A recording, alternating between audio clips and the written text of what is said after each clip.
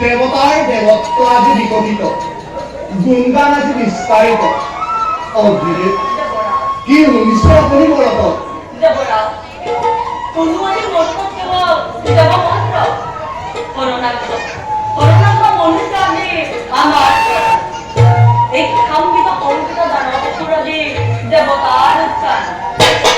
উত্তম বচন বুলিলে অদ্ভুতে শিক্ষাম্বিত আজি দানৱ সমাজ দেৱতাৰ দেৱতাৰ উদলিত হৈ হব।